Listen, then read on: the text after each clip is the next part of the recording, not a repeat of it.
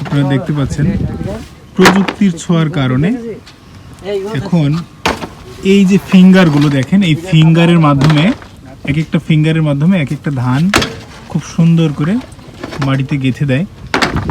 আর সবথেকে বড় কথা হলো দেখেন ভাইরা ওখানে মেঝেতে ধানগুলো স্ট্রোক করে রাখছে, যখন কাজের ফাঁকে যখন আবার লোডেরগুলো শেষ হয়ে যাবে তখন আবার তারপরে আবার লোড করা হবে।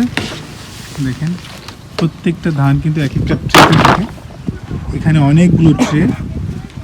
আজকে তারা নাকি কয় একর ধান লাগাবেন ভাই বলছিলেন? 20 বিঘে। এখন শীতের সময় তো এখন আপনি মেশিনটা চালাচ্ছেন কত বছর ধরে? আমি মূলত আপনার এই জগতে আছি প্রায় 5 বছর মতো। 5 বছর। এই মেশিন তো এর আগে আসেনি, এর আগে আমি এই মেশিন চালানোর ট্রেনিং আপনাকে কোথা থেকে দেওয়া হয়েছিল? এই মেশিন মূলত আপনার আছে আমাদের এই যে ধান গবেষণা ইনস্টিটিউট আছে, বাংলাদেশ ধান গবেষণা ইনস্টিটিউট, সেই জায়গায় নিয়ে গেছিল, নিয়ে গিয়ে 2 দিনের কোর্স করাইছিল।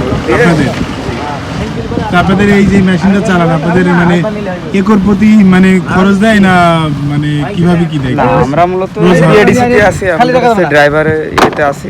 আপনাদের এখানে আমরা শুধু এই গাড়ি নির্দিষ্ট বেতন, শুধু এই গাড়ি না, আমরা আপনার ট্রাক্টর, হারভেস্টার, ধান কাটা গাড়ি টাড়ি সমস্ত গাড়ি চালানো হয় যখন যেটা। তো দুপুরে খাবারের ব্যবস্থা কি খামারি করে না বাড়ি থেকে নিয়ে আসে? দুপুরে কিছু হালকা কিছু নাস্তা দেয়, রুটি কলা টলা দেয়। আর রুটি কলা যখন এই দীর্ঘ সময় স্থানীয় এখানে আছে মানে এখানকার যে মানে আপনারা যে লোকগুলো আছেন সবাই তো স্থানীয়, বাসা থেকে খাবার নিয়ে আসে, বাসা থেকে খাবার নিয়ে আসেন। আপনারা দেখতে পাচ্ছেন মেশিনের থরে থরে সাজানোর যে সিস্টেমটা, 3টা স্টেপ, ওখানে 3টা স্টেপ, আর এখানে চেম্বার আছে, এক একটা চেম্বারে কত সুন্দর করে রেখেছে। আজকে প্রযুক্তির মাধ্যমে আপনারা দেখতে পাচ্ছেন বাংলাদেশের কৃষি ইনস্টিটিউট যে গবেষণা কেন্দ্র আমাদের বাংলাদেশে, তারা ঠিক সেইভাবেই ধানগুলো রোপণ করছে। এই মেশিনের আরেকটি সমস্যা হলো আপনারা দেখতে পাচ্ছেন এই জায়গাগুলো আপনার অমীমাংসিত রয়ে গেছে। এটা আবার সেকেন্ড টাইম রোপণ করতে হবে, কারণ মেশিনটা যখন ঘোরে তখন ইউটার্নের সময় একটা জায়গা প্রয়োজন হয়, সেজন্য ইউটার্নের সময় ধান লাগাতে পারে না, যার জন্য এই জায়গাটুকু এইভাবেই পড়ে থাকে, সেকেন্ড টাইম লাগানো হয়।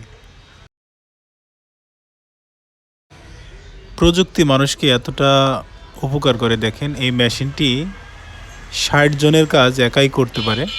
সেহেতু এখানে যে উপস্থিত যে শ্রমিকগুলো ছিল তাদের একটাই কথা যে এর ফলে আমাদের কাজগুলো অনেকাংশে কমে গেছে। আগে কাজের যে চাপ পড়তো আমাদের ওপর, সেই চাপটা আর এখন নেই। আমাদের যে একটা চাহিদা ছিল এখন আর সেই চাহিদাটা নেই। তা আসলে প্রযুক্তি দিন দিন মানুষের কর্মকে খেয়ে ফেলছে। এই প্রযুক্তি হয়তো একদিন মানুষের কাজ করার যেই দিনগুলো সেগুলো কর্মক্ষম হয়ে যাবে। আপনারা দেখতে পাচ্ছেন প্রযুক্তি খুবই উন্নত মানের। আসসালামু আলাইকুম ভাই। কেমন আছেন? ভালো আছি। বলছি এই যে মেশিনটা যে কাজ করছে এটা একাই কতজন লোকের কাজ করতে পারে? এই একা আছে 60 জন লোক। 60 জন লোকের সমান কাজ করতে পারে। আজকে কতটুকু জমি আপনারা লাগাবেন? আজকে 4 একর লাগাবো। 4 একর। 1 একর সমান 4 বিঘা না? 3 বিঘা। 3 বিঘা। 12 বিঘা লাগাবো। মেলাই তো হয়ে গেল। এই জায়গাগুলো এগুলো ওই গাড়িতে লাগাবে। লাইন বেলাইন হবে না? না, ওই 9 চলে যাবে। আপনারা যেহেতু এই ফার্মে কাজ করছেন দীর্ঘদিন ধরে, তো এই প্রযুক্তি আসার পরে আপনাদের কেমন লাগে? বেশি আমাদের লিভারের ক্ষতি বেশি। লিভারের ক্ষতি হয়ে গেছে। এই মেশিনটা এই দত্তনগর খামারে আসছে কতদিন হলো? এই আজকে 4 সিজন চলছে। 4 সিজন চলছে। এই মেশিনটা আসার কারণে আপনাদের তো অনেক কাজের ক্ষতি হয়ে গেল।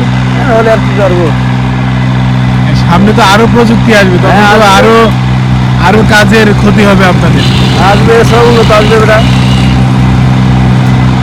যাই হোক, ভাই ফার্মে কত বছর ধরে কাজ করেন? আমি 13 বছর। 13 বছর।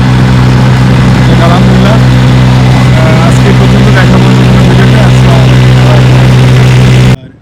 বড় বিষয় হলো এই যে ধানের পাতাগুলো আপনারা দেখতে পাচ্ছেন, এটা কিন্তু একটা শীট, দেখতে পাচ্ছেন এটা একটা শীট। এই শীটের মাধ্যমে কিন্তু এই ধানগুলো আলাদা করা হয়।